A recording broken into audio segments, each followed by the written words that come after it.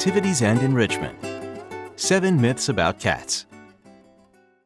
Cats have been loved and hated for thousands of years, probably since they came into contact with human settlements in the lands east of the Mediterranean Sea more than 10,000 years ago.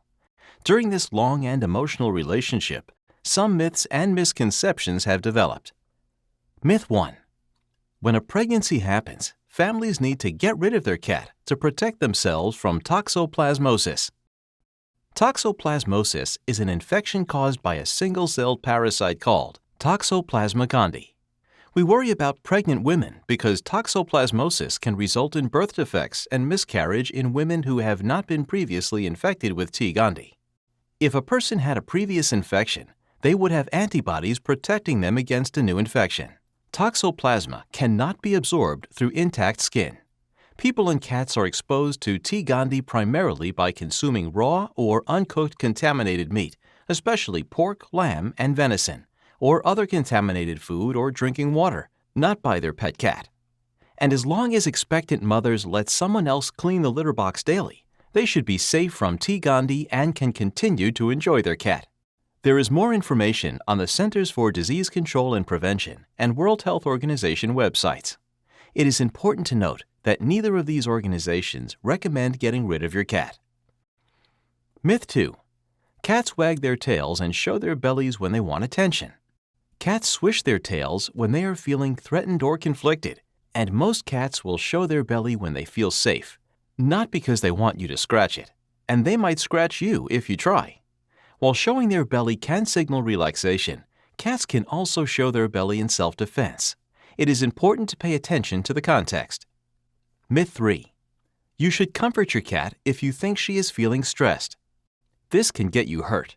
If a guest, a sound, or another animal upsets your cat and she runs away, let her go and leave her alone until she feels ready to come back to you. Picking her up and returning her to whatever threatened her will only make her feel more threatened, and if she struggles to get away again, you may get scratched or bitten in the process. Myth 4. Cats pee on your stuff because they are spiteful.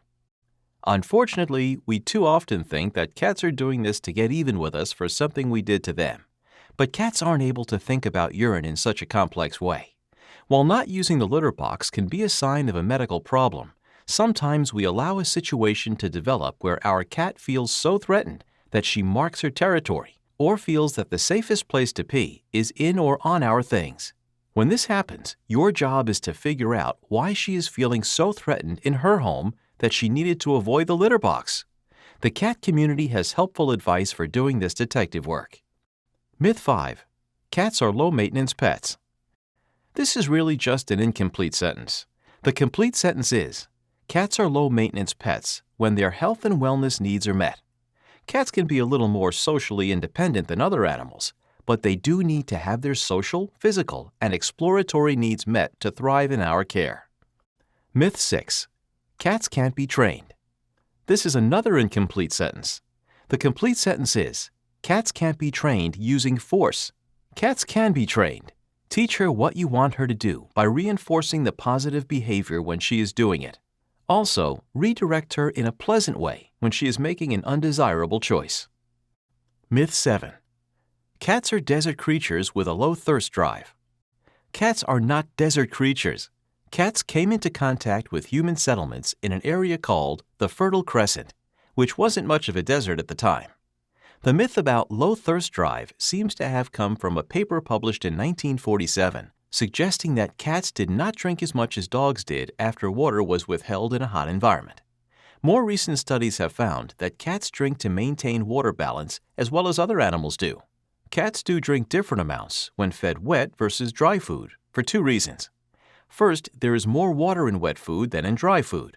Second, if a food has a higher content of nitrogen and minerals, cats must produce more urine to remove it.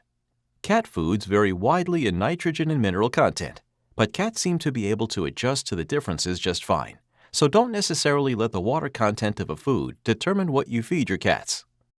There are a lot of myths about cats out there. For these 7, you now have the facts. Don't let old myths affect your relationship with your cat as you make your house a fear-free, happy home.